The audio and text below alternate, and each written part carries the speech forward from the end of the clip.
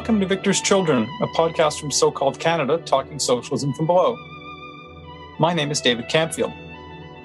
I live with my partner and cat in Winnipeg, Manitoba, which is in Treaty 1 territory, the traditional territory of Anishinaabe, Cree, Ojibwe, Dakota, and Dene peoples, and the homeland of the Métis Nation. All those of us in the Canadian state who aren't Indigenous need to commit ourselves to the struggle against settler colonialism.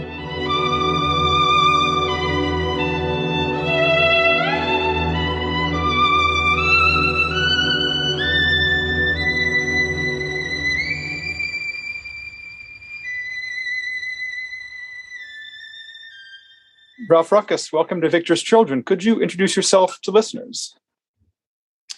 Yes, hi. My name is Ralf Ruckus. I've been involved in independent research on and support of social organizing and social struggles in Europe, North America, and East Asia for a long time. And during the past roughly 20 years, one of my main focus was on struggles of workers, migrants, and women in China. And PM Press recently published your book, The Communist Road to Capitalism, which looks at China since the revolution of 1949, a book that I certainly recommend. Could you just tell us a little bit more about your history of study and action related to China in particular?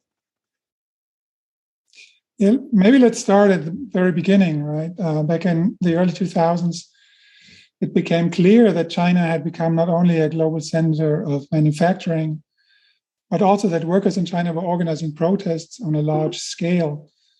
And at the time, very little was known in left-wing circles, including my own network in Europe, about how these protests were organized, who was involved, or whether left-wing groups in China supported them. So that's when I actually started getting involved, getting interested. I started learning Chinese, went over there many times, got in contact with workers, migrants, activists, feminists in China, and then also activists and researchers from other countries were also interested in what went on in China. So the book project is actually something that grew out of that. At the beginning, I was mostly translating texts, Chinese texts of workers, migrants, activists into English and German, with partly obviously with others, with the help of others. And then we started a website called gongchao.org, where we began publishing and promoting these articles and books, and our own articles as well. And also we started using that material to co-organize events and discussions in Europe and other continents on these events in China. So, all these discussions, the translations, all the literature I went through, and obviously a lot of the interviews and the context I had and the exchanges went into this new book, which is a historical account. So rather than just focusing on what's going on now or in recent years, I went back to the beginning of the People's Republic of China, the PRC, in 1949, and went through all the different phases of social struggles from below, and then countermeasures from the side of the CCP regime. And in my analysis, actually, this dynamic of struggles and countermeasures actually pushed the development of China, which started off as a socialist system, but then eventually in the 90s changed into a capitalist system. Now, I would have some quibbles with some of the characterization of China under Mao, but I think to focus on the present, it would be good to bring up the starting point that for people on the left, in certainly the Canadian state and in the US, really many people do not know very much about China, more than what they get from the mainstream media. And so there they hear, for example, that China is a rising competitor that, in the case of Canada, arrests Canadian citizens for political reasons, steals intellectual property, cheats on trade deals, bullies other countries, and threatens democracy. And of course, it's not surprising that this is what people hear about China in this context, because there is growing competition between the US, which I would say is still at the top of global capitalism's imperialist order, and with which Canada is allied, and on the other hand, China, which is, I would suggest, a rising imperialist state. So if you're thinking about what are the most important things for radicals to understand about Chinese society today? What would you say? Could you offer some thoughts about that? I think the most important thing is first to choose our main perspective on these developments. Do we see China just as one country or a nation or nation state? And that is what I propose. Do we see China as a class society, a patriarchal society, and one where some people get together and fight for improvements, for better conditions for women, for instance, or even for a classless society? This is how, in my view, we should look at other countries too, not just China, but also countries in other continents. And if we look closely, using that perspective on social relations, China, it becomes obvious that the Communist Party, the Chinese Communist Party, the CCP, has in fact established capitalist relations and promotes the exploitation of workers. It has established or re-established the patriarchal order and promotes sexist policies. It has established neo-colonialist regimes in regions with large so-called ethnic minorities. And it has established an authoritarian state structure and suppresses movements from below, for instance, labor unrest or workers, self-organizations, women and feminist organizing and struggle and left-wing oppositional organizing and activity. So when we look at that, it becomes clear what character this regime today has, a regime that has transformed, obviously, in the last 70 years since the PRC was founded, but I would say roughly in the last 30 years, it has had this character. Now, those aspects you mentioned, like economic competition, theft of intellectual property, cheating on trade deals, bullying of other countries, all that is part of what other capitalist countries do or try to do when they have the power as well. So that's not specific to China, although obviously China is the second largest economy and on the rise, maybe becoming the biggest one at one point, has a special place on the global level. So we should discuss those aspects you mentioned as well, but as part of a critique of capitalism and imperialism in general in China and in other countries. Thank you. Yeah, could you say a little bit more about capitalism in China today, the particular shape that it takes, that's allowed the level of capitalist development that you've just referred to? Well, first of all, the Western capital is obviously very much involved. So the rise of China mostly in the 90s and the 2000s to what's called the factory of the world, or the sweatshop of the world, if you want. That was built up with the help of foreign capital, including US American capital, European capital, Japanese capital, etc. So it's not really that we have two completely separate economies, but Western capital is involved. What's special about China is that the state or state entities, state players play a major role in all aspects of the economy, including in running companies or larger corporations. And the state sector is very strong, especially in strategic parts like banking. And that's a specific point, but that doesn't mean that China is still socialist or that the way these state corporations are run are very different from how private companies, capitalist companies are run.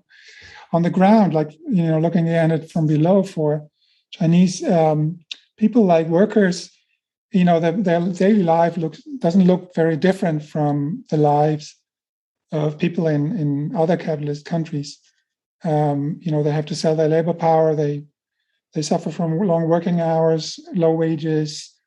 They basically have to fight every day, for improvements, fight with managers. So all these social relations are very similar to capitalism in other countries. Thanks. Could you say a little bit more about the state-owned enterprises? What it's like to actually work in them, compared to other firms, and the role that they play within Chinese capitalism? Well, first of all, right, the Chinese economy was largely state-owned, and only through the reforms in the 80s and especially in the 90s, a large parts of the economy were restructured, partly privatized. But the state kept like strategic sectors, as I said, in banking, communications, and in other sectors. So, but there's still, these companies were transformed into like profit centers, right? Capitalist profit centers. So it's not that they are run in a very different way. You can compare it with like state-owned companies in other capitalist countries where, like for instance, the railway companies or telecommunications companies might still be owned by the state, but that doesn't mean that they are run very differently. And for the workers in these state-owned companies, it depends on the sector, it depends on the region. China is very big, and the conditions are very different in different parts of the country. But in general, especially when we're talking about migrant workers, like sort of the new working class employed in these state-owned enterprises, the conditions are not that different from the conditions in private companies. And only for like urban sort of employees, white-collar workers, and maybe skilled workers, the conditions are slightly better. But there's not a large like huge difference, especially when you compare to big companies, big private companies. Can you talk a little bit about the so-called welfare state, social rights as they currently exist, and maybe the household registration system? Again, right, there was a big change in the 90s because before, the welfare, sort of education, childcare, healthcare, etc., for the urban workers was organized through the state-run companies, the so-called Dunway. That was only like sort of a smaller part of the Chinese population. Large part still lived on the countryside, where the communes were responsible for this kind of stuff, but the level of welfare was far lower, huge gap. So with the reforms, China had to develop a new sort of welfare system. But first of all, basically, most of what we call welfare was marketized. So even today, healthcare is very expensive. The welfare system or insurance system that exists doesn't cover much. People in the countryside don't get really good welfare. There's still a saying, if you have a serious disease, it might ruin your family. So education, it depends. Like sort of elementary schools, secondary schools are usually free, but still there's huge difference in quality between different areas, countryside and urban areas. And then prestigious universities, there are different systems how to get in there, like through exams, but again, education is very expensive. Same with housing, etc. So the welfare state does cover a little of that, and the state announces to improve the conditions, but in fact it doesn't protect people very well. But we must also say, right, or mention that China in general is like sort of the average income is much lower still as in sort of capitalist core countries like the US, Canada, or Western European countries. There's a huge income inequality. And so, the problem with welfare is mostly a problem of the large majority of people who are still fairly poor. You mentioned the household registration system. So in Chinese hukou, was for a long time a major institution that separated the society. It was actually introduced or reintroduced, let's say, during the socialist era in the late 50s. And it meant that, any person in China had a household registration either in rural areas like villages or in urban areas. And then there were like different tiers, like, large cities and smaller cities, etc. And the urban population was small. It was even in 78, when the reform started, was still just around 20%, and 80% were living on the countryside, under worse conditions, as I said earlier.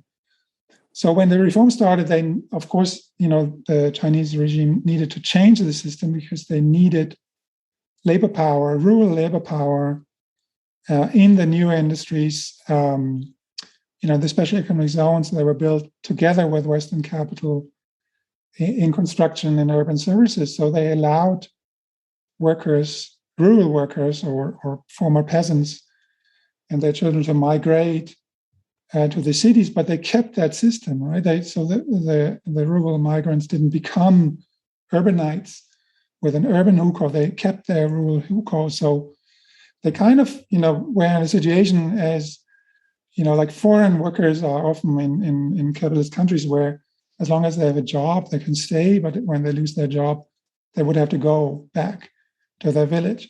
That was the plan, and that actually played out for a long time. And many migrant worker struggles also kind of, were around these issues connected to that. They couldn't bring their family, they couldn't use urban services, etc. Many people have compared it to apartheid system, actually. The hukou is not as important anymore today, like many smaller cities or even medium cities, don't use it anymore, really. Partly that's also because of labor shortages, so they need more workers and they need to sort of improve the status of migrants to keep them. Only in the large cities like Beijing or Shanghai, the hukou is still sort of used as these cities also want to control and limit migration. So thank you. To shift a little bit, could you talk about the state of gender relations and more generally heteropatriarchy in China today? Yeah, again, let me start with, earlier, because the development, I think, is crucial. China, you might call it social. I call it socialist, actually existing socialism.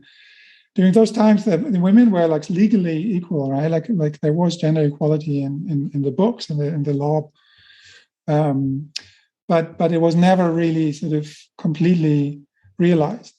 Like women, could work before the PRC was founded. For women was hard to work outside the house, so women could work and could divorce, et cetera, et cetera. But a lot of like factors played a role in like that I call it Maoist patriarchy. That sort of new restructured, new configured patriarchal system was established. So when the reform started, gender relations also changed in some ways. One important development was that many rural migrants, were women who worked in the new like factories, like world market factories. So many women could actually escape the rural patriarchal structure, but then they found themselves in a new patriarchal structure of like sort of gender division of labor and exploitation in these companies. So that's important. On the other hand, like urban women, still suffer from as rural women suffer from sort of Confucian ideas, patriarchal ideas, sexist ideas of gender differences. Where men are more important than women, daughters are more important, sons are more important than daughters, etc. Which shows up in the effects of the one-child policy, because a lot of families, had an abortion when they found out that their not yet born baby would be a girl. So today you have like millions of more men, which again creates a crisis today. So that's one aspect. The other aspect is that the conception, the Communist Party's conception of family values is very conservative, or we would even say reactionary. because they, still see the woman as sort of taking the care of the children and doing the housework besides doing a job, while men are considered to be the main breadwinners, and that shows up in a lot of like policies, especially today, where the one-child policy has led to this sort of stagnation of population growth, but the economic system will not, develop further. That China's economic rise, will not go on if there's a shortage of labor, and that means they need more babies. So they changed the one-child policy, which was very, rigid in some ways, especially concerning urban women. And now they kind of promote more children, when, sort of treating women more like sort of as birth machines again. Women should have babies for the nation, for the rise of China. And this is actually put into policies and the party rhetoric. And against that, you have a new wave of feminism, feminist struggles, not necessarily like sort of outspoken, like sort of where women say we are feminists and we fight this, but like sort of a lot of it is also just behavior against this discrimination and oppression, and also violence against women. In the last few years, also with the impact of the Me Too campaign and other debates that obviously also Chinese women engage in, you have a wave of what I call like sort of social kind of feminism against also the party sexist party strategies, and this shows up like so online in exchanges. It shows up in women sort of trying to use the law to fight for their rights, but it also shows up in more and more women and not having any children anymore, and demanding the right to decide whether they have a child and how many.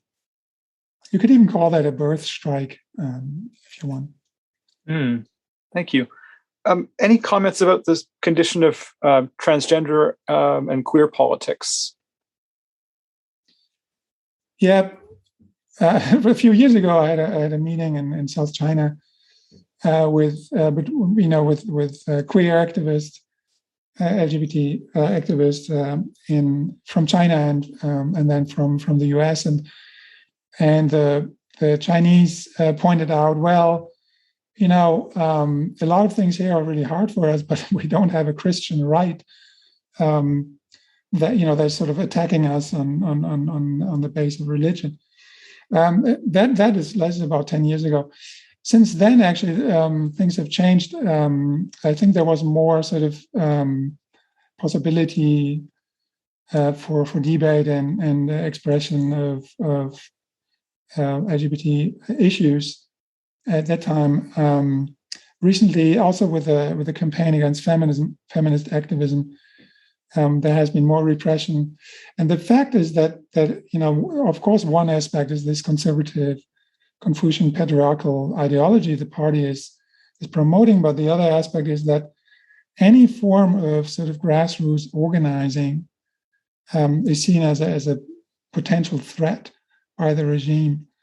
So a lot of initiatives, like women's groups, LGBT groups, that could kind of operate, sort of semi-public or at least not hiding themselves. They have a lot more problems today. And one sign of is, for instance, that like social media accounts promoting LGBT rights and also feminist rights have been, fallen victim to government censorship in recent years. Now, I want to have a question which rarely gets asked about here, and that's about racism within China, because some would argue, well, there's no racism, but I think reality is different. So could you talk a little bit about what we might call the social relations of race? Yeah, the term race, in the North American debate that has a different sound to it, right? And than even in Europe or in other places. And in China, it's a little difficult to use it in a similar way. But I would personally say there's a lot of racism in China, and it is directed against currently, for instance, against Uyghur, like the Muslim people in Xinjiang province, in Tibet, where Han, the official sort of Chinese ethnic group, the majority group of officially like more than 90% of the population, is seen as superior. The Han culture is seen as superior. So there's a very sort of racist discourse, which also the CCP leadership or part of the CCP leadership is involved in. But there's also another form of racism, which is directed against what I described earlier, the rural migrants.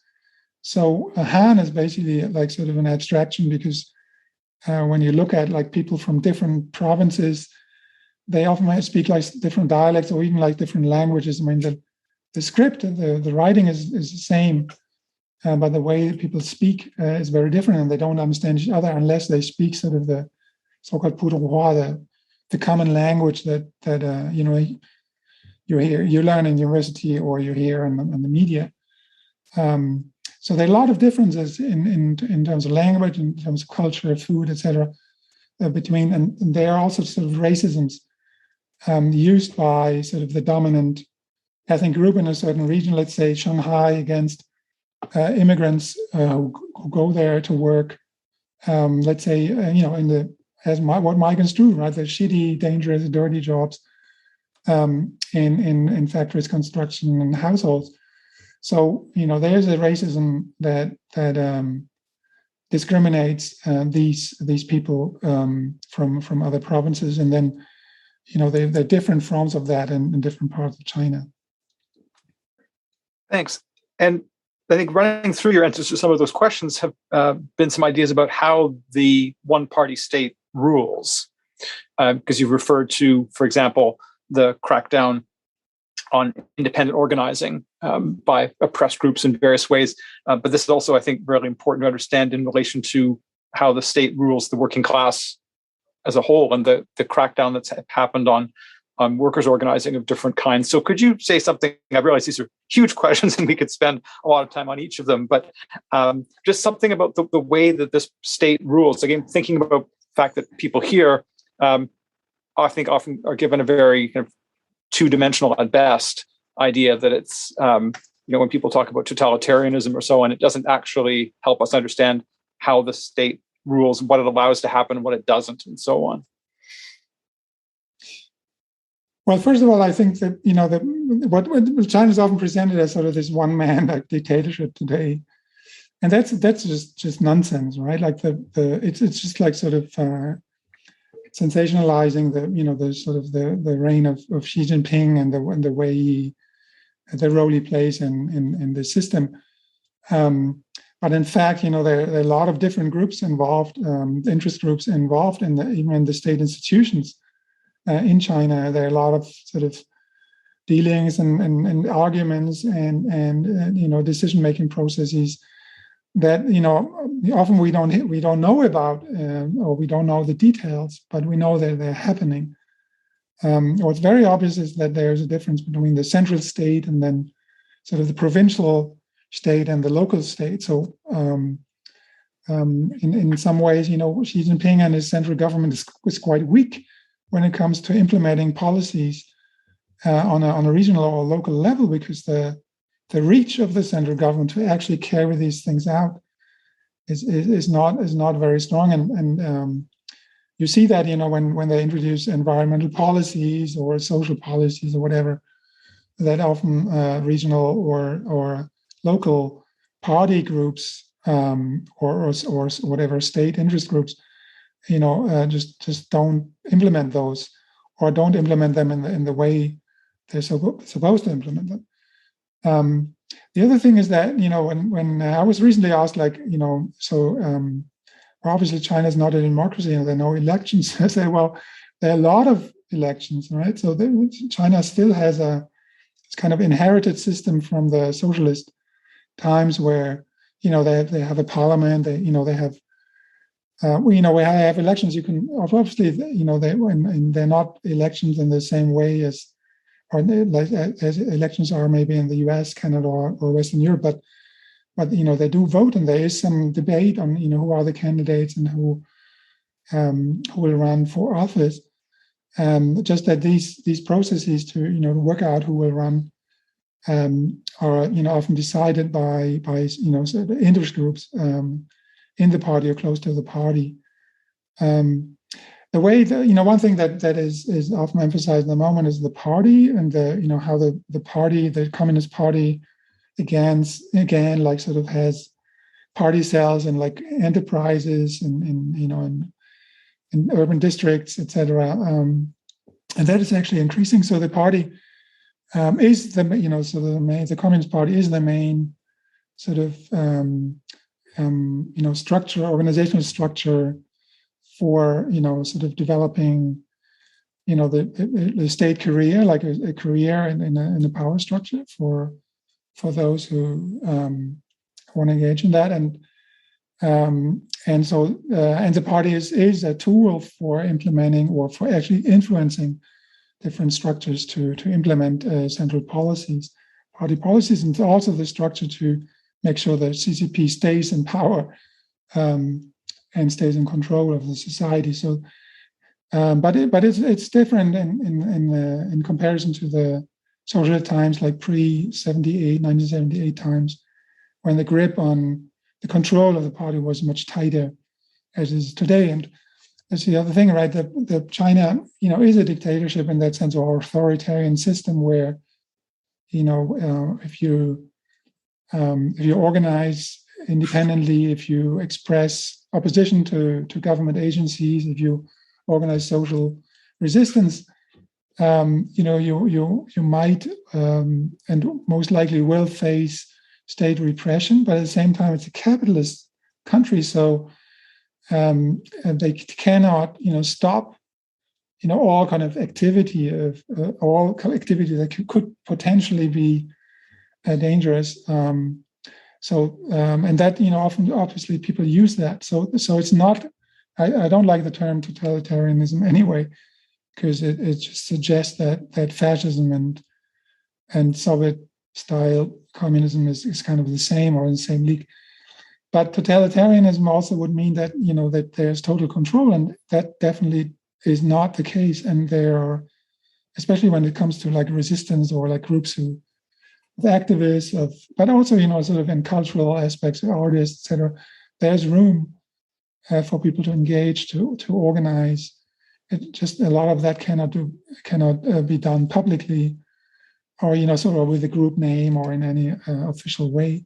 But there are definitely a lot of holes in the system, a lot of opportunities to engage in stuff, and that's why we do see and have seen a lot of social struggles and even uprisings, movements in China in the last few decades.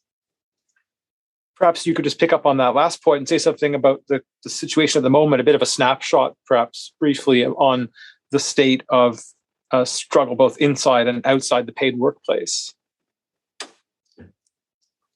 Yeah, one big change is that since Xi Jinping and his sort of his clique, his group came to power in 2012-13.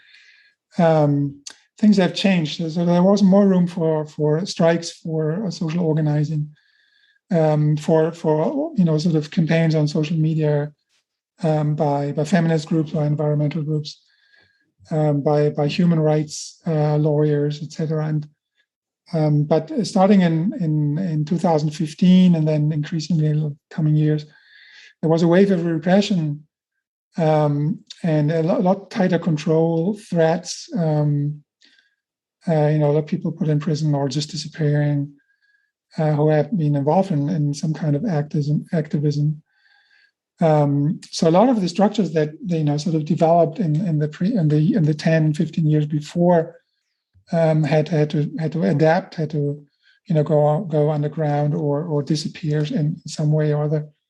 And it's a lot more difficult today to organize and, for instance, support social struggles. These struggles still exist, though, and quite a lot of them.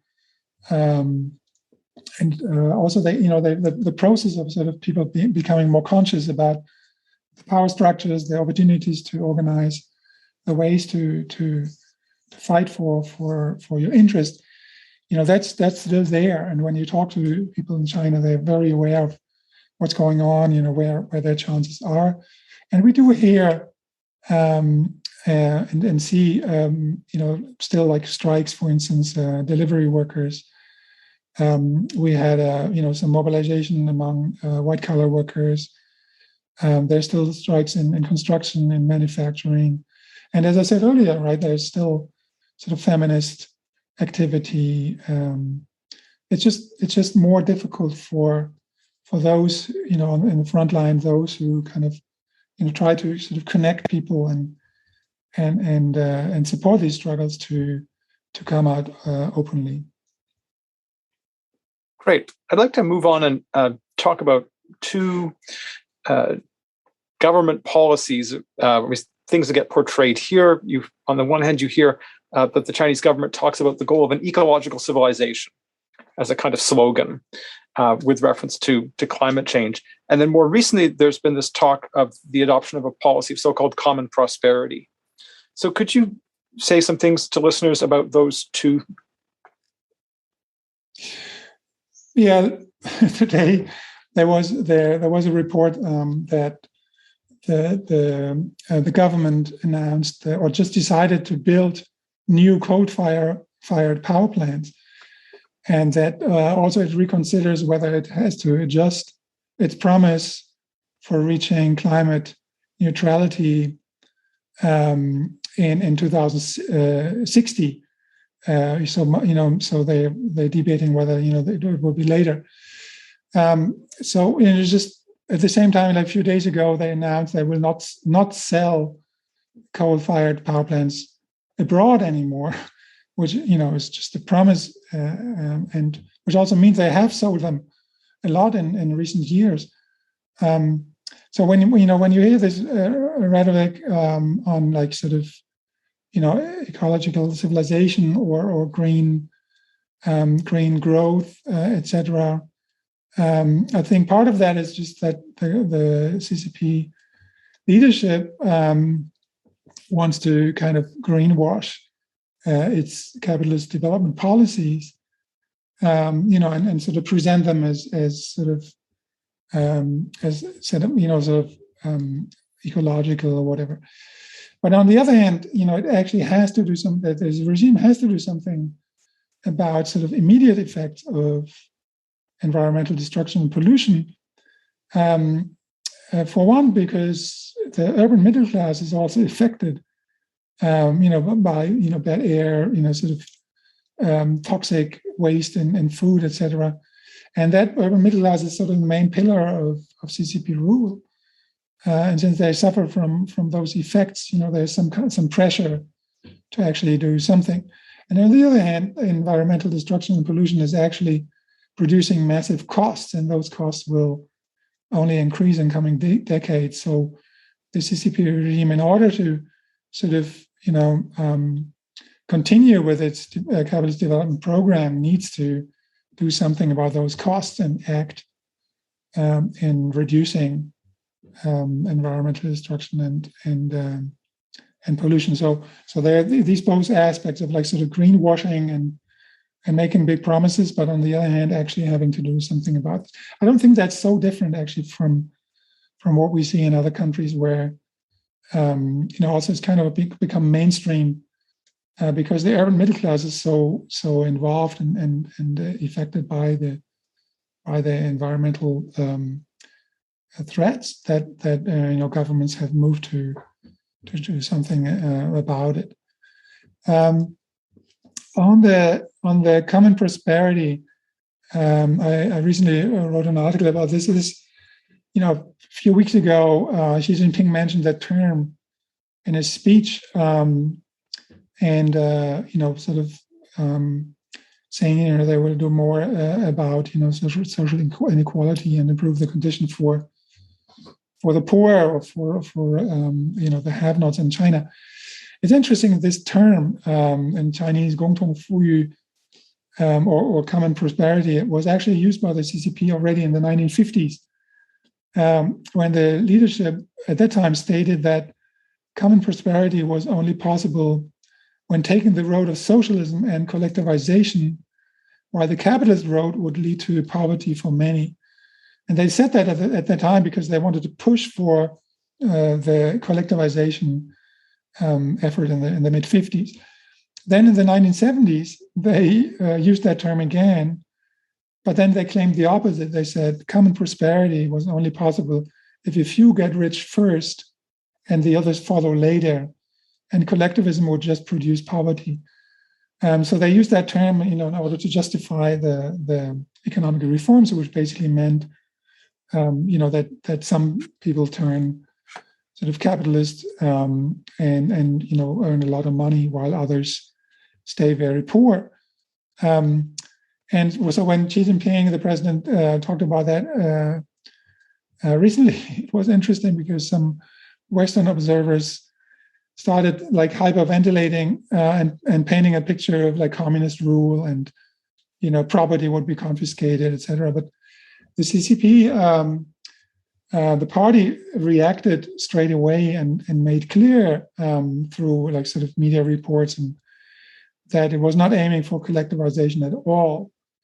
So we're not faced here with sort of a new, sort of consistent new policy or grand strategy of whatever, questioning the capitalist relations or anything like this. It's rather there's a range of measures, and that's important because it's not really just about common prosperity and the term. There's a range of measures intervening in sort of mostly private business in the internet companies, also kind of disciplining their bosses like Jack Ma of Alibaba. And then there's an announcement by the regime that it will do more about the huge social inequality, but it's not doing that because it wants to sort of engage in major changes. It's more just concerned about social tensions and destabilization of CCP rule. So in that sense, it just sort of takes what we would call Keynesian from Maynard Keynesian measures to regulate certain sort of effects of the development model, of the capitalist development model, and then introduce forms of welfare or taxation, certain industrial policies, and so on to regulate the capitalist system. I recently read that someone called it the Red New Deal, and with all this debate on New Deals, which I think are very questionable forms of just modernizing capitalist relations. But in that sense, here it also fits because we're talking about some adjustments of industrial policies, maybe some new welfare, maybe a rise of the minimum wage, and probably more cosmetic adjustments of government rhetoric. But there will be no change in capitalist relations as such. Thanks. There's a lot more I'd love to ask about, but mindful of the time, I think I'd like to shift a little bit to think about the politics around just China on the left here, and the fact that some people on the left who are quite rightly disgusted with the foreign policy of the US and Canadian states, and who can see what Western multinational corporations do all over the world, respond to the China bashing, which is, of course, rising here, by politically aligning themselves with the Chinese state. And some actually defend the Chinese state as socialist. So could you, share what you think about that? And also maybe take on the question that does it matter what people here say and how they align themselves? Because there are some people who might have a kind of approach where they say, well, as long as we're working together in social struggles in here, it doesn't really matter what we say about what's going on in China. That's not really important. What would you respond to that? Well, first of all, obviously, it's necessary to fight, against that bashing of Chinese or Asian looking people in like Western countries connected to the pandemic or other sort of campaigns of Western governments, and it's necessary to support also sort of forms of self-organization and of resistance of Asian communities against these attacks, which don't only affect Chinese, but also just people who look like they are from Asia. And obviously, it's also necessary to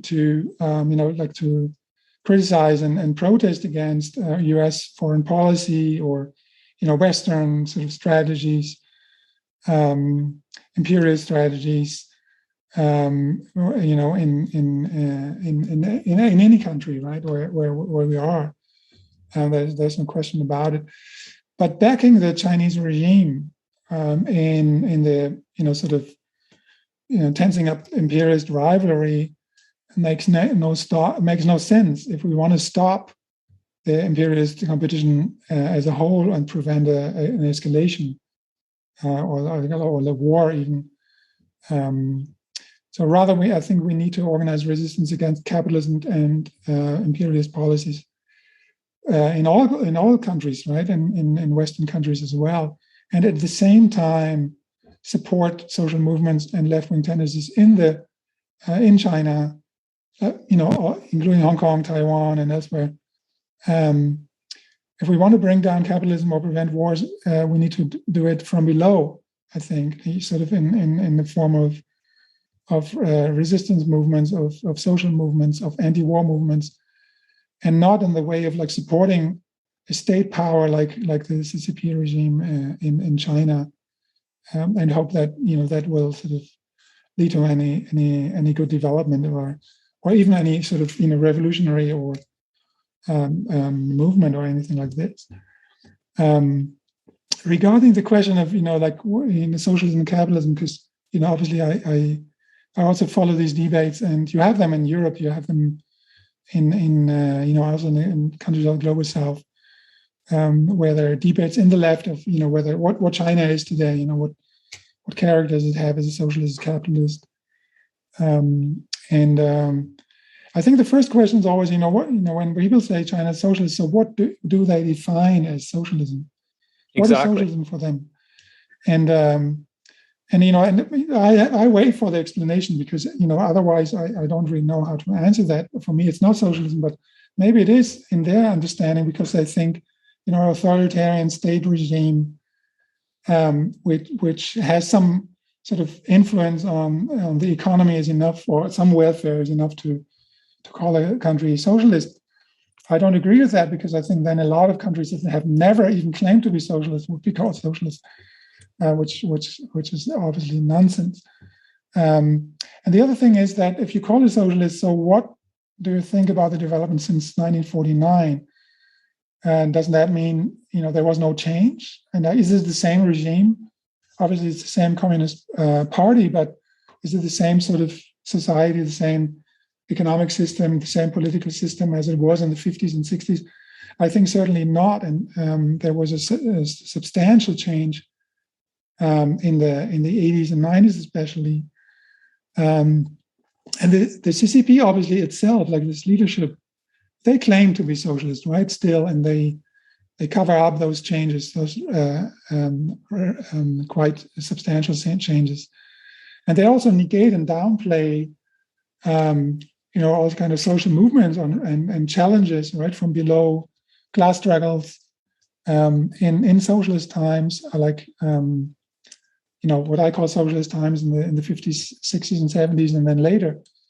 They just don't talk about it or ignore that, or even punish people if they start talking about it, about these events.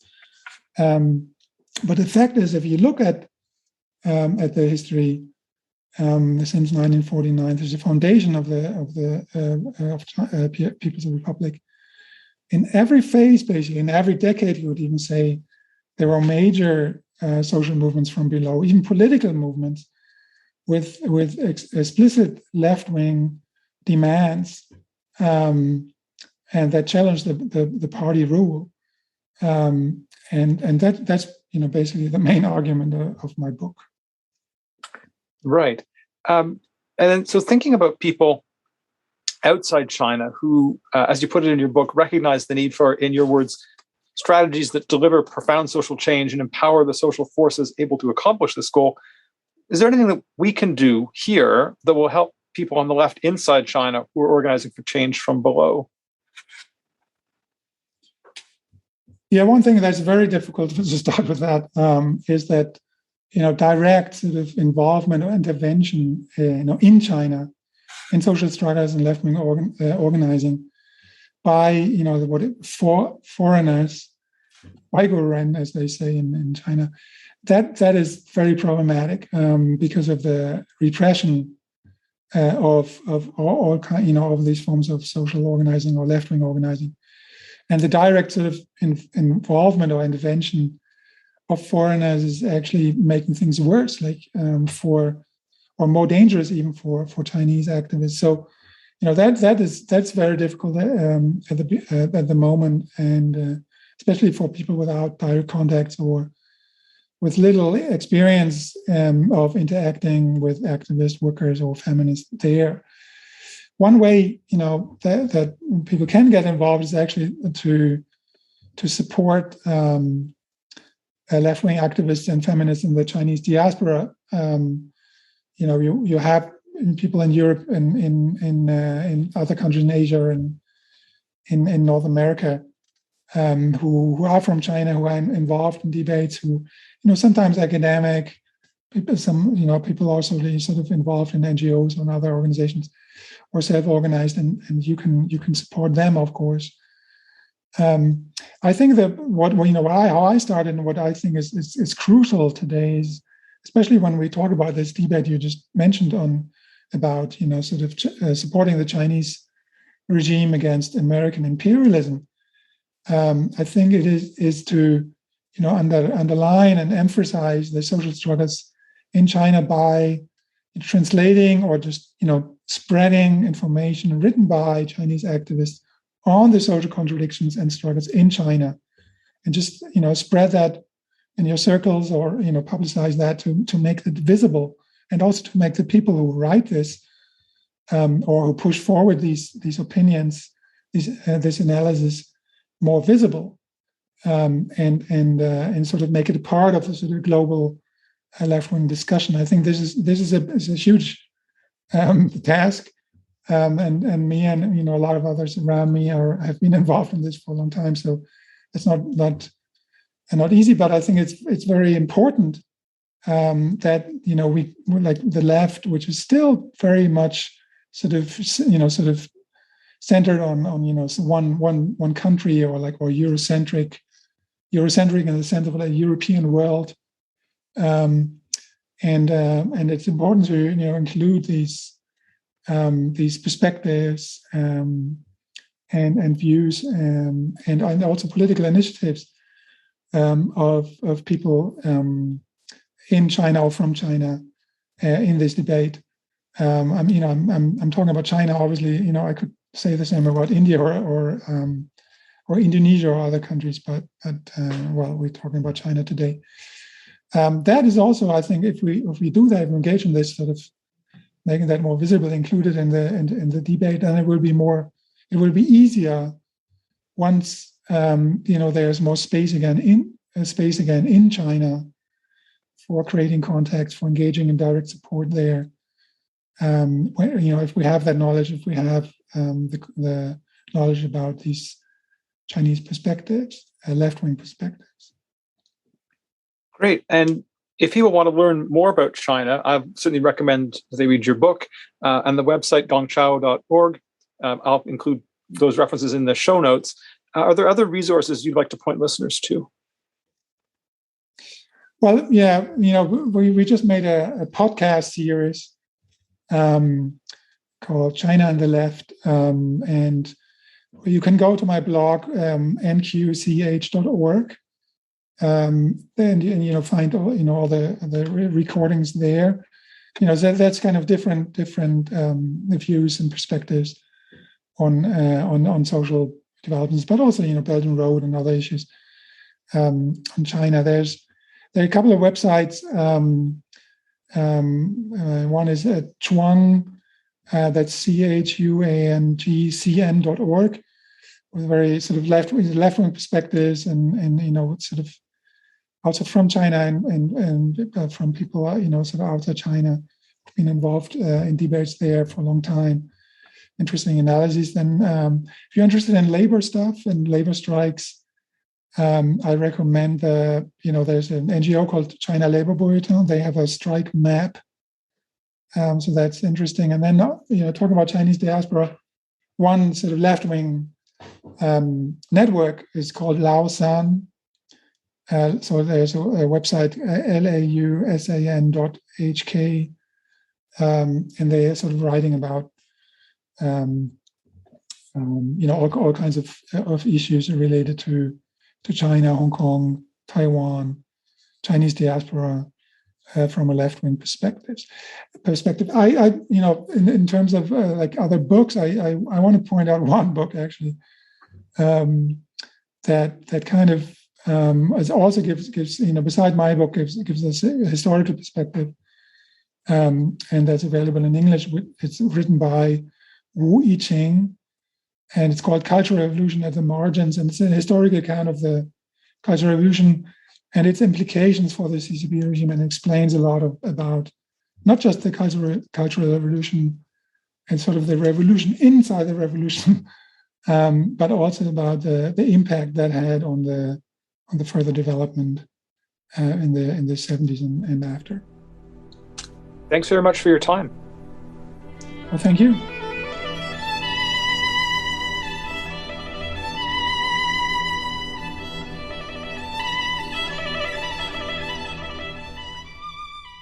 Before we go to the second interview for this episode of Victor's Children, I just thought I should explain my disagreement, which I mentioned in passing very quickly, with one point of Ralf Ruckus about the Chinese past, where he described China between the 1950s and the 1970s in the past as being socialist.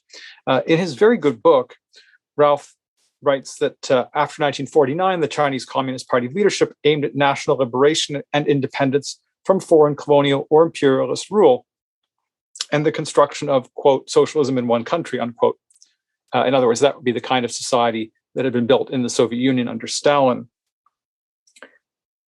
Ralf also quotes from the historian Wu Yiqing, who writes that the People's Republic of China became, quote, a highly repressive garrison state in which institutions of the party, the military, and the state were closely intertwined.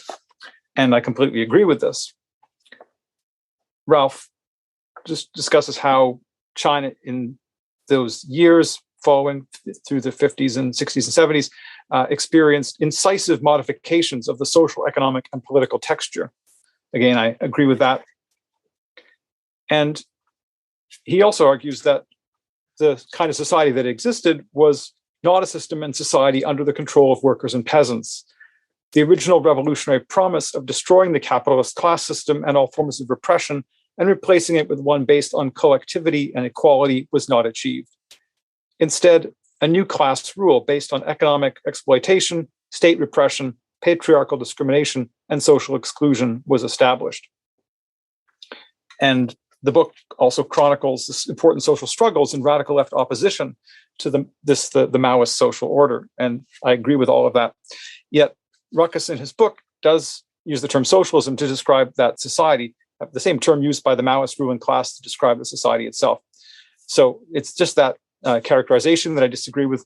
I would say that the society was in the past either based on a non-capitalist mode of production, but one where there was still class exploitation by a new ruling class of the workers and peasants, or a distinctive kind of capitalism that you can call state capitalism. So I certainly think it was not in any way in transition towards a classless and stateless society. In other words, what we could call socialism or communism.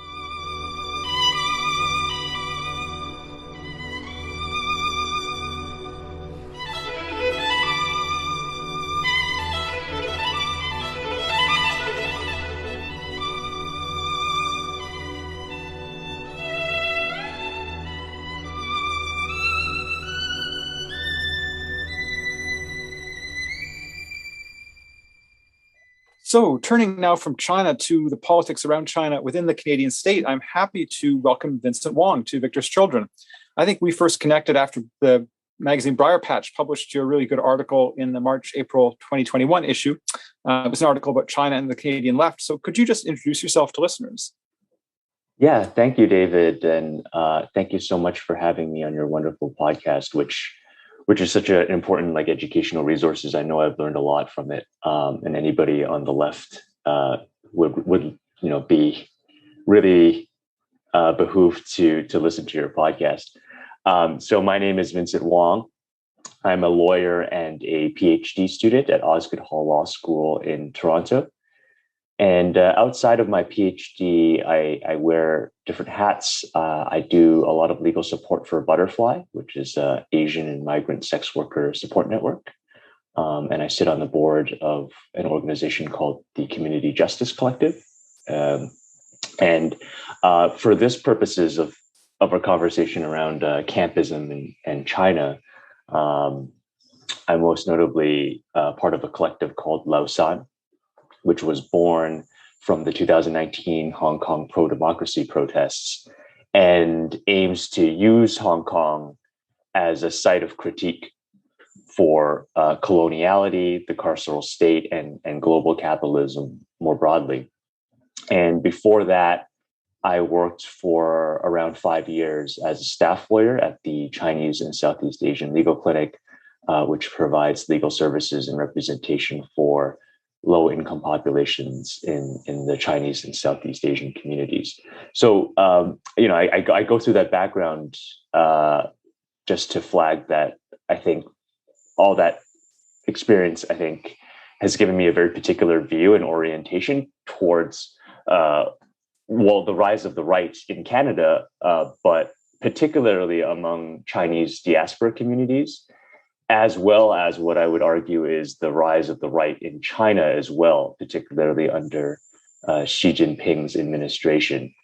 And a lot of those contradictions, I think, really motivated me to write that Briarpatch piece on China and the Canadian left. Thanks so much. So here in the context we find ourselves in the mainstream media, we are told in the media that China is a rising superpower that does things like arrest Canadian citizens for political reasons, steal intellectual property, cheat on trade deals, and bully other countries and generally threaten democracy. The federal Liberal government has said that its approach to China will be based on what it calls 4 Cs: coexist, compete, cooperate, challenge. For its part, the Conservative Party criticizes the Liberals from the right. It accuses them of being soft on Chinese communist authoritarianism for the sake of business opportunities for Canadian firms, and it accuses them of not lining up with the US, the UK, and Australia against China in a supposed defense of what they call a rules-based international order in trade and diplomacy. Some conservatives have also complained that in the recent 2021 federal election, their party lost some ridings where there are large numbers of Chinese Canadians because of what they claim was Chinese state interference. And then the NDP in its 2021 platform said, and I'm going to quote here, "A new Democrat government will stand up to China with a strong and coherent strategy to defend Canadian interests at home and abroad. We will work with our allies to lead a robust and coordinated international response to China's disregard of the rule of law. New Democrats will call out human rights abuses by China, stand with Hong Kong pro-democracy asylum seekers, and provides coordinated support for those facing threats by Chinese entities here in Canada." And that criticism from the NDP was not accompanied by any kind of similar criticism about the actions of the US state at home and abroad. So looking at this big picture, what do you think about the discussion that's happening around China in the mainstream media and official politics right now in the Canadian state? Yeah, so that's a very big question, and thanks for the lay of the land. I guess I'll offer a couple of general thoughts, and then if you have any questions you would like to delve deeper into, I'd be happy to. Um, so on media coverage, I think some of the things that you mentioned generally are true. China is of course ascendant as a global political and economic power. It has the second largest economy in the world, projected to pass the US in about a decade. It has the second largest military in the world, although it trails the US in that regard quite a bit. And it has, kind of charted its own course to greatly expand its role in the global capitalist order, with being the hub of a very, very ambitious sort of global infrastructure and trade project called Belt Road Initiative. So, of course, it is also governed in a way that is decidedly undemocratic and concentrates political power within a one-party authoritarian state capitalist system. So certain things about that is true, but I think the vilification of China in traditional Western media as somehow exceptional, right, with the respect to some of the things that it is accused of, let's say in international politics around trade and diplomacy, is I think frequently hypocritical, right? In terms of many other great powers do similar things. The rhetorical orientation then of, okay, well, what's going on is sort of a clash of civilizations. These systems that cannot be reconciled or do not intertwine between China and the West is dangerous and actually like ahistoric, right? Because there's a lot of cooperation and inter-imperial sort of partnership between China and the West, as well as many connections through the global capitalist economy. And this clash of civilizations narrative that you find so frequently in mainstream media here strengthens nationalist forces on both sides and amplifies these anxieties, but they also feed and rely on illiteracy about China's political and economic development over the years. So what happens is, okay, if this clash of civilizations narrative becomes normalized in mainstream media and infiltrates then mainstream understandings about this, if that's the starting point for our discussions, then what happens is that Canadian foreign policy is restricted to a very narrow question of how, quote unquote, tough we should be on China, without a deeper analysis of what is happening in Chinese politics, how it is different from what is happening here, but also how it is, quite similar to what is happening here, particularly in terms of a global right-wing economic shift. And so how are we interconnected? How ought our political orientation, if we care about questions of human dignity and emancipation, I think that is not really given the space to be discussed in a lot of these Canadian foreign policy questions on China. So for the NDP, I think, if I can zoom into that a little bit, the particular path to China's rise in power, I think, poses a lot of difficulties for the NDP and the leftists in Canada in general, because so much of its rise since the 1980s was due to, and I mean, economic growth was due progressively to deepening capitalist reforms under an authoritarian one-party bureaucracy. And this, of course, means that China is still taken as de facto left wing, even though it has sort of flipped to de facto right wing, but are still under the banner of the same party. So this flip in left and right political spectrum causes all sorts of confusions and contradictions in Canadian foreign policy. So I can speak a little bit more about that, but I think there are a lot of things that Canada can do in terms of foreign policy with respect to a particular country, and one can think of it in terms sort of as a spectrum of a more, you could say, defensive and supportive posture versus a more kind of aggressive, offensive, and imperialist posture, right? And then so the more supportive stuff, I think, supporting forced migration and refugee issues, banning exports of particular types of policing, military equipment, tear gas. I think that is useful, and it's, I think, rather uncontroversial. I think, something somewhere in the middle might be, pretty strong declarations or corporate sanctions on human rights offenders, and that's as well as Magnitsky sanctions on officials. And I think that's a little bit more controversial. And I think what the left wants to make sure it steers away from is some of these broad economic sanctions or containment policies, or kind of directly supporting U.S.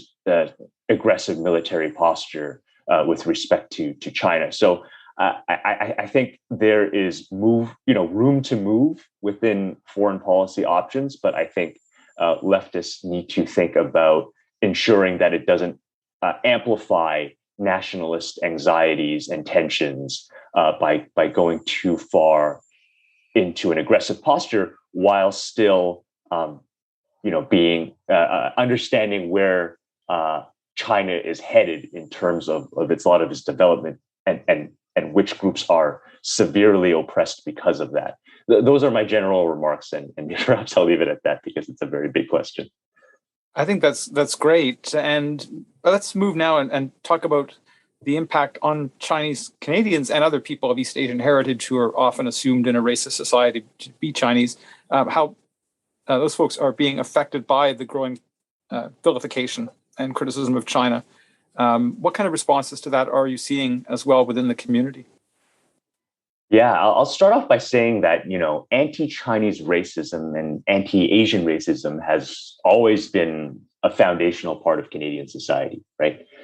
So racial subordination of Chinese both comes from the top down and from the bottom up historically. So top down, I mean, for instance, through immigration restrictions like the 1885 Chinese Immigration Act, and just recognizing, for example, that the first racial bans in Canadian immigration were targeted against Chinese women who were deemed to be prostitutes, right? And were deemed to be specifically immoral as compared to, let's say, a white sex worker. But this exclusion and racism has also come very directly from white labor, right? The idea that Chinese workers are naturally inclined for toil, right? And because of that, whites could not compete racially. And then therefore Chinese and later all, quote unquote, Asiatics were banned from labor unions at the turn of the century. So this racism also frequently follows tropes that sees Chinese bodies and Asian bodies as vectors of illness, disease, and filth, the kind of dirty Chinatown sort of trope. And so when COVID hit in really early, I guess, 2020 here in Canada, latent anti-Chinese racism really exploded. And of course, it affected also those who were, you could say, Chinese passive, right? And much of the common discourse deliberately, or at least was negligent in conflating, the Chinese government, right, to Chinese people everywhere, playing upon the idea of, Chinese conspiracy with respect to the virus. So the entire lab leak theory, or, playing up virus tropes that framed Chinese bodies as dangerous and disease-ridden, like Kung flu, those ideas, as well as with the China angle, particularly potential traitors to the country, right? Everybody could potentially be a Communist Party spy, right?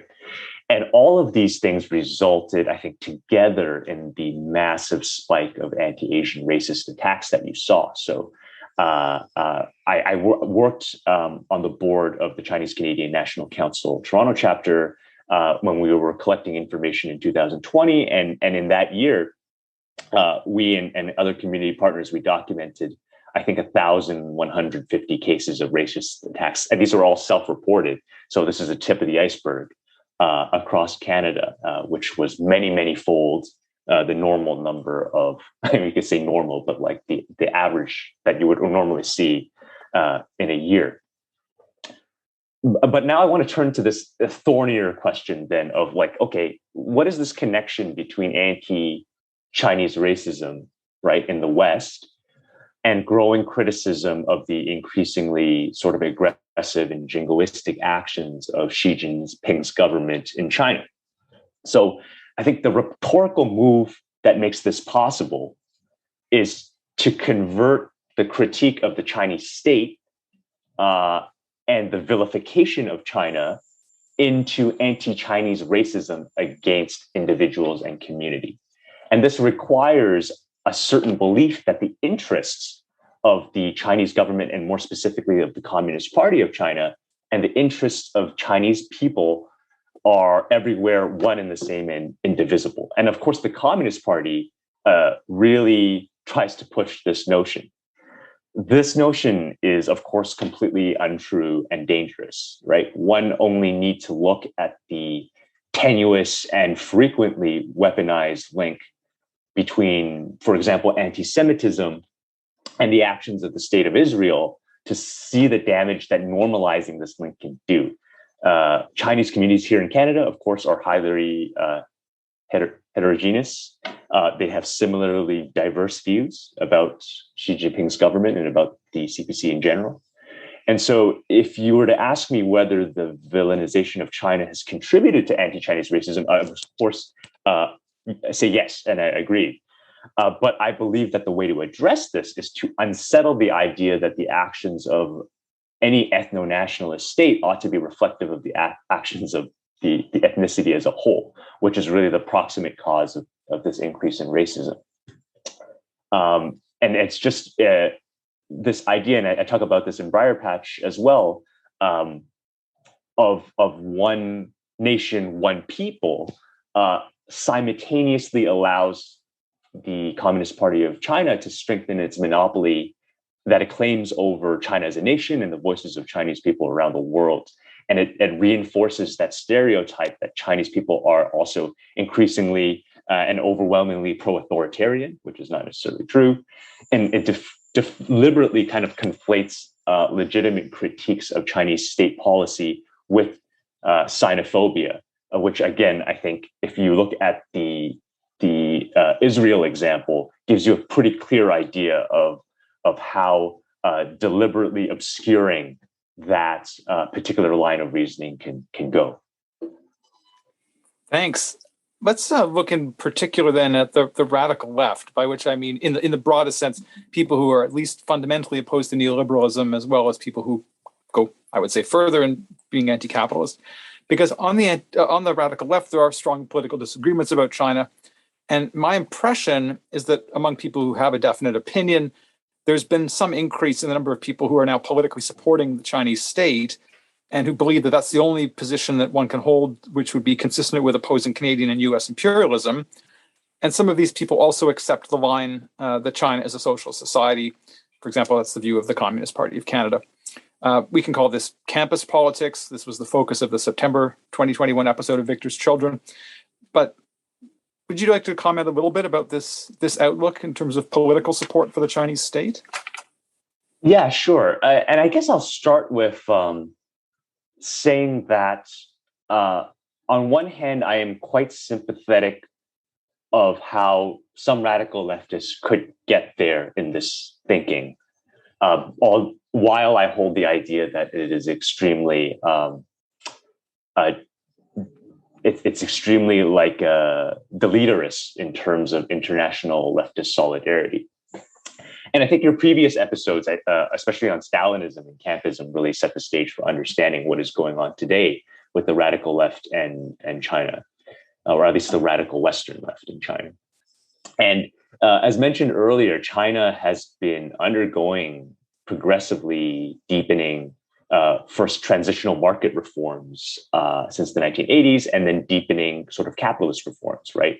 In the creating of special economic zones for foreign investment and free trade, which eventually bled into policy for the rest of the country, entering the World Trade Organization, of course, in 2001, demolishing state employment and entitlements during that time, and really eviscerating the social security nets that was very strong before, curbing labor rights and banning labor unions, and really the facilitation of the privatization of enormous parts of the economy.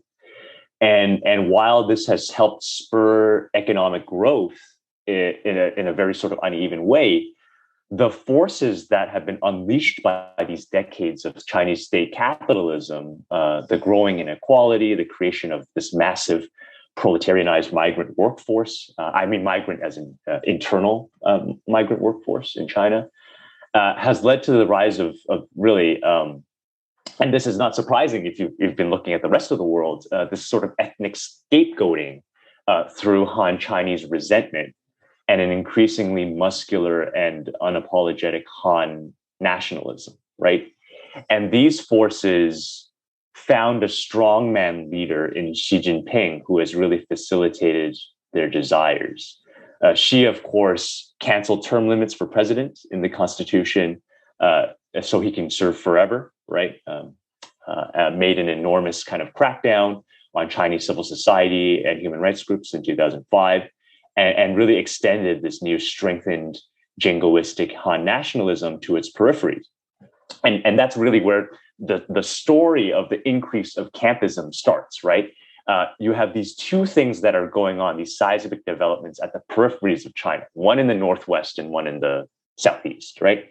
The Northwest is this acceleration of the Han settler colonial project that has been going on for many decades in the Northwest frontier of Xinjiang, at the expense of Uyghur and other non-Han indigenous populations. And then in the Southeast, you have this brutal crackdown on a massive pro-democratic and anti-police protest movement in Hong Kong. These seismic developments, both in Xinjiang and in Hong Kong, were then opportunistically seized upon by, I think, Western right-wing and centrist politicians to further the interests and normalize their own imperialist agendas, right?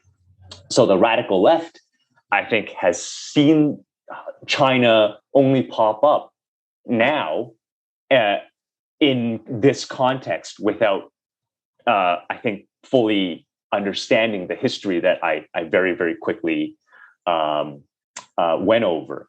And if you take a look at that, then I think there was a major missed opportunity for the radical left, because we need the radical left's analysis to critique global capitalism, policing, the prison industrial complex, Islamophobia, the war on terror, and this reactionary sort of racist nationalism, all of which was going on in China, right? By either ignoring what was going on or in the case of, I guess you could say the hardline campists, supporting the Chinese government actions through this campist analysis and propping up an imaginary of China as actually existing socialism that could provide a bulwark to U.S. and Canadian imperialism that was, I guess you could say, progressive. And the Communist Party of Canada and their line, I think, has not been immune, of course, to this campus reaction. And I think revisiting the legacy of Stalinism and its campaigns to convince communist parties around the world that it has to, above all, support the USSR, even if it subordinates class struggle, is really helpful in understanding some of the dynamics that you see today. And yeah, maybe I'll leave it there. Thanks. And I think when we look at the left in general, many people see only two possibilities. Either you more or less line up with the kind of criticism of China that comes from the ruling class here, which is what the NDP does more or less, or you more or less align with the Chinese state. And for me, this reminds me a lot of what most of the left was like when I became a socialist at the end of the 1980s. At that time, the question was, were you with Canada, the US, and so on in NATO, the so-called free world, or did you take the side of the USSR and its allies, the so-called communist world? But back then, there were socialists who said neither Washington nor Moscow, and to use another slogan, the communist world, quote unquote, communist world is not communist and the free world is not free. And those were ideas that persuaded me. And today there are, of course, socialists who recognize that China, like the rest of the world, is capitalist, and who support social struggles everywhere, including within China, and who oppose the domination of the world by the rival imperialist powers, not just the US at the top of the global hierarchy of states and its Canadian ally, but also China and, although it's much weaker than China, Russia too. So I think we probably agree then that neither Washington nor Ottawa nor Beijing is a good slogan. How can we best promote this kind of internationalist politics on the left? Yeah, and I'm glad you brought up this analogy or bringing up the echoes of the 1980s, because that is exactly what leftist China scholar David Brophy, who does great work, he mentioned before about the echoes of our current situation, where in the Cold War, the US sort of had this monopoly on very broadly this freedom idea. And the USSR had this monopoly on very broadly this peace idea, right? Or the no Cold War sort of orientation. And in a certain sense, as obviously reductionist as that is, we are in a much more cynical place now with respect to the same idea coming up. As China is quite obviously and outwardly capitalist as compared to, say, the USSR in the later stages of the Cold War. And I generally agree, with the slogan of neither Washington nor Ottawa or Beijing, but I think that doesn't, tell us enough about how we should orient, which is first and foremost, I think, as leftists, standing with the oppressed as praxis, and then using solidarity and those discussions out of solidarity as a way to continually sharpen our analysis of the multivariate causes of oppression in the world. The kinds of criticisms of China, as you say it, that matters a lot, right? So how do you critique China? Where is it coming from? What are you critiquing it on the things that the West, does frequently, and particularly the US?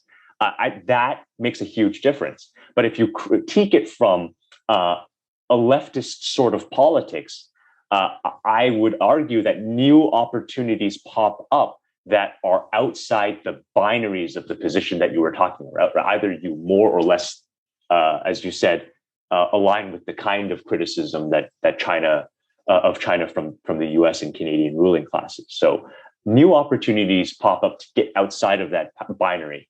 And class struggle is always going to be central to that analysis, but also decolonization, gender justice, anti-racism, anti-ableism, environmental justice. So I think the key is, to recommit ourselves to this idea of a socialism from below that draws lessons from history, that draws lessons from the Cold War, but is firmly attuned to the present. And I think a lot of this, with respect to China, is, again, trying to abandon the relics of Cold War binary mentality that continues to really infect many Western, you could say, international relations or really other schools of thought around internationalism, and start building bridges. In this case, with various oppressed groups in China, right? Migrant workers, labor activists, anti-carceral activists, feminists, internally colonized communities like Tibetan and Uyghur diaspora. In certain cases, this is harder to do, right? Because the space for civil society, for labor organizing, has so been reduced by Xi Jinping's crackdowns. But the opportunities will always be there, and they will never be completely shut. And the other thing is the Chinese state will only continue to grow in prominence in the near future as US hegemony slowly wanes. And so the importance and the critical opportunity of this work will also continue to grow. So what I would say is it's never too late, even if the work has thus far remained small the importance of it will grow, and I do believe that you'll see more of it alongside the rise of the campus sect, you could say. So here's a question for because more specifically about those of us who reject campism. There's, I think, a mistake that we can make. Some of us could make out of frustration with campism, and because we are living in a society where China bashing is on the rise. And that's the mistake where we would lose our focus on the priority of opposing the Canadian ruling class. And over a century ago, the German socialist Karl Liebknecht put it very well. He said that the main enemy is at home. Of course, that does not mean that we only ever criticize Canadian imperialism, for example. But do you have any thoughts about how we can keep our focus on the main enemy is at home, while, of course, extending international solidarity to people in struggle against the Chinese state? Yeah, I can definitely see this danger, and especially for the people that I guess like predominantly think of international affairs and analysis and solidarity, and they stay within this kind of umbrella without really seeing the linkages. And I completely agree that you could say an overemphasis on foreign affairs is often used to distract from the righteous fury and the organizing potential against Canadian elites that is so obviously important here. I guess one qualification I would say to this sort of this thinking is the potential to read this as, and I don't think this is what the main enemy of homes was trying to do, but I see it read sometimes as a sort of nationalist myopia, right? That because we live in the ambit of the Canadian state, we ought only, right, to critique Canadian imperialism. Mm-hmm. And this has harmful consequences as it reifies the nation state and its borders and misunderstands how capitalism and capitalist oppression is global, policing is global, and of course, borders themselves are brutally violent. So my reading of this, and I don't even know if it's a qualification, maybe this is just my interpretation, is to always think local, right? And think local in your politics, and then think about solidarity and think translocal. Your community obviously should always be the first place, I think, that you start organizing. But as we know, even in Canada, or so-called Canada, many people that we live with, work with, organize with, have transnational or migrant roots, right? There are millions of Chinese Canadians. There are hundreds of thousands of Hong Kong Canadians, and home for them, as it is for me, right, will always be in a multiplicity of places that complicate the border. And so where socialism is strongest, I think, is when people can connect their local struggles, right, to other local struggles in building democratic working class power to see the similarities that we really are in it together, even though the localized context of that struggle might work differently. And that also means understanding that the working class here has much more in common with the working class in China than it does with, capitalist elites like Galen Weston or Meng Wanzhou, right? So I see that as, okay, we always have to start locally, think locally, have this progressive politics organized together. And I think what would happen is it becomes obvious, especially in a place like Canada, that because there are so many people with this transnational roots, that if you're open-minded to those ideas of listening to diaspora activists and migrant activists and hearing what they have to say, and struggling alongside with them, that we can make these connections actually a lot more powerful.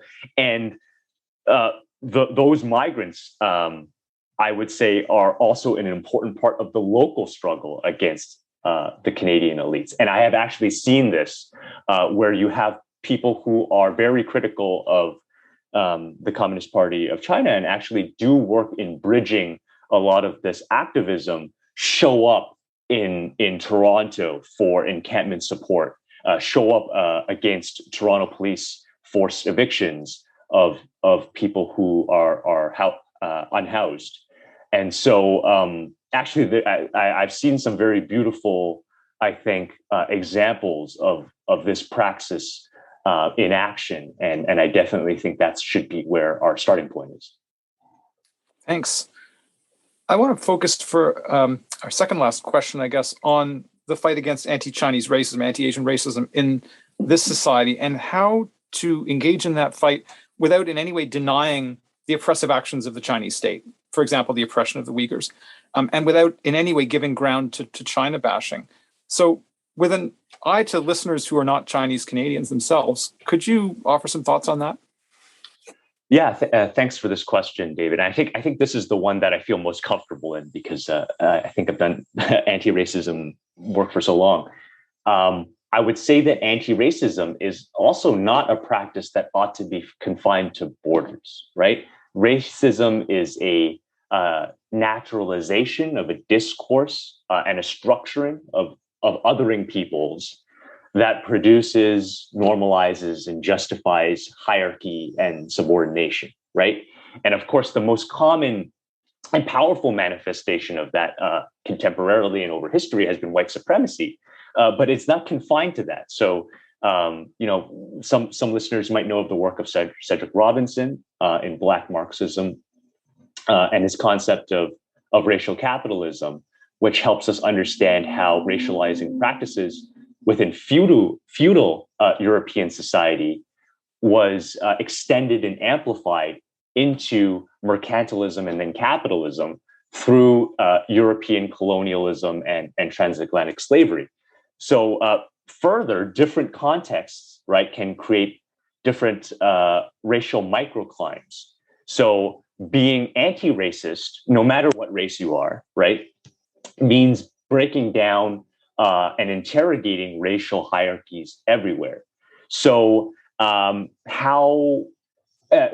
you can extend this to think about how we understand the systemic oppression of Uyghurs under Han nationalism, right?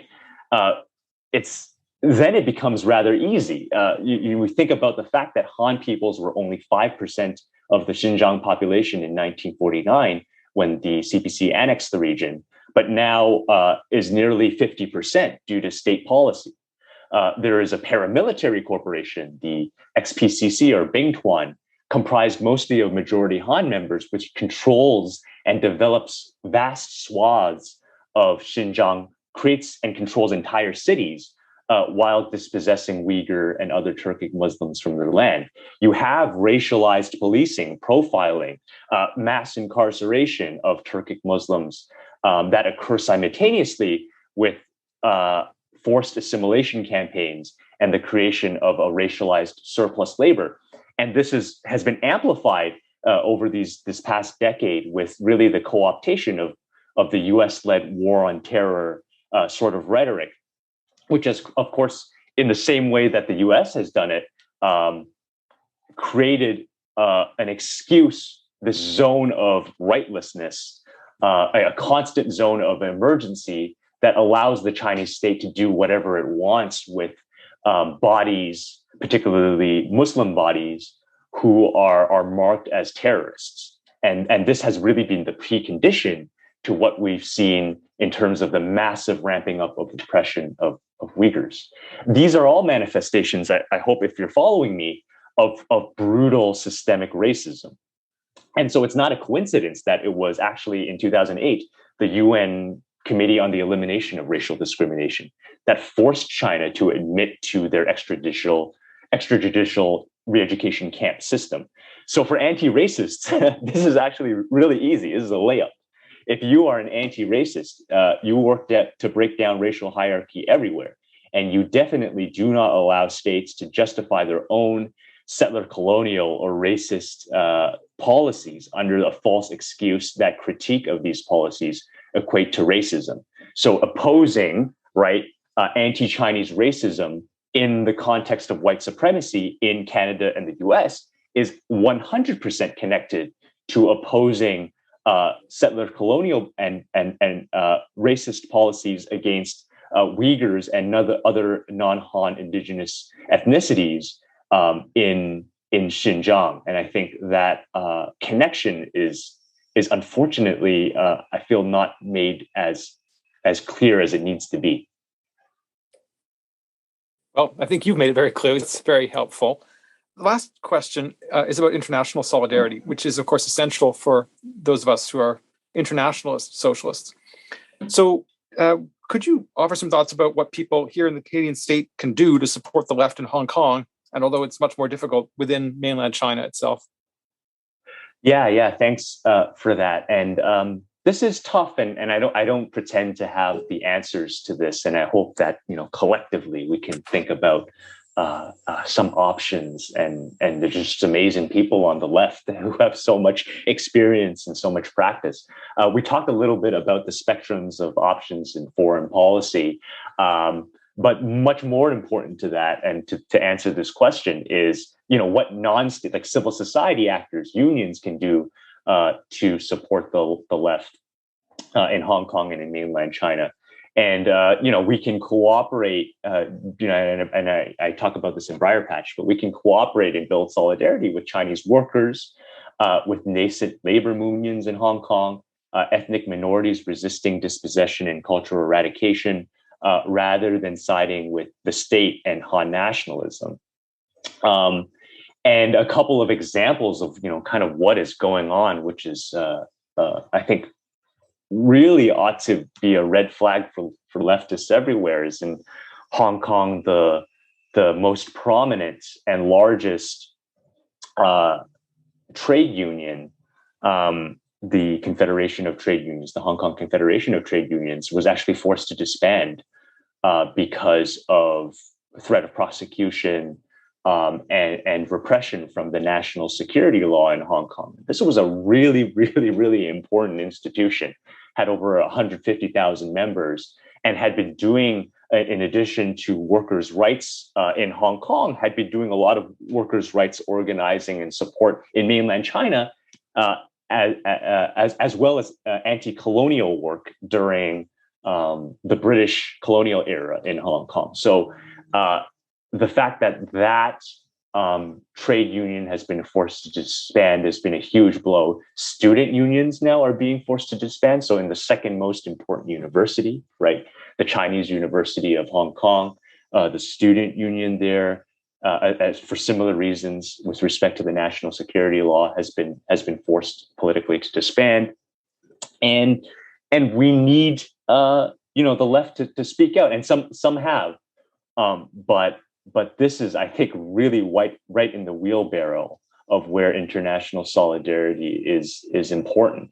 And just keep track of what is going on. I think there are always right now there is sort of a massive fight back against the 996 culture in China that has proliferated, the sort of 9-hour work week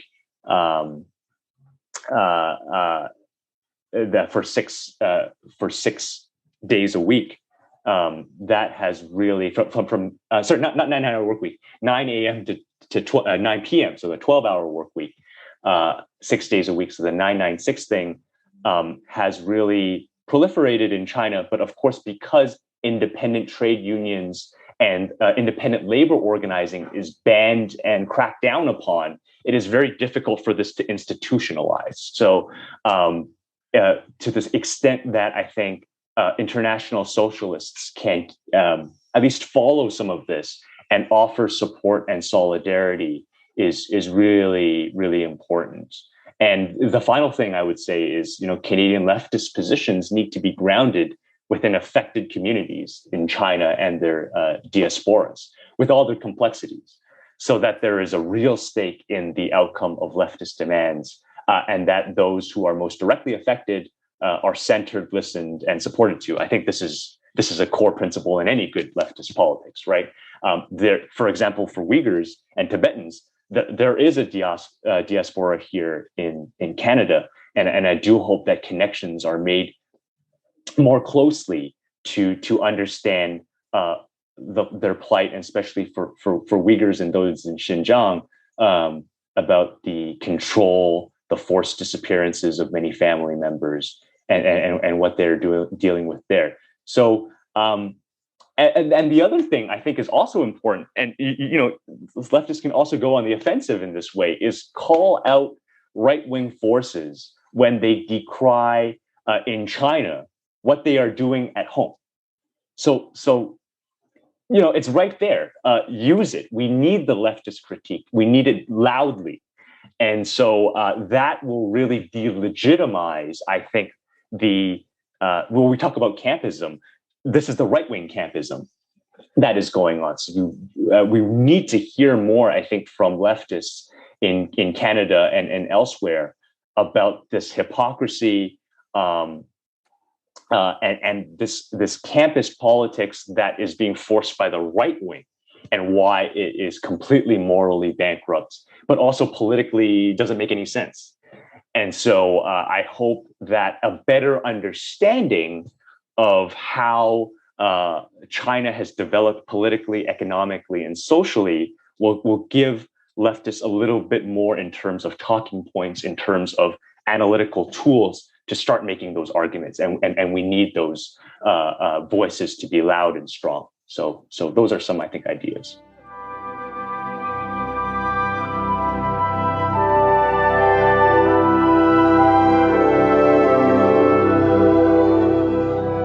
That's it for this episode of Victor's Children. I'd like to thank Jonathan Croker, the producer of Victor's Children, without whom the podcast wouldn't be possible. I'd also like to thank Posey Legg, who designed the graphic for Victor's Children. If you found the episode worth listening to, please do tell other people about the show, since word-of-mouth recommendations are especially helpful. If you don't subscribe through your preferred podcast app, please do. And while you're there, please give the show a high rating. It helps to promote us. If you have a suggestion for an episode or some other kind of constructive feedback, feel free to be in touch with me. You can contact me through victorschildren@gmail.com.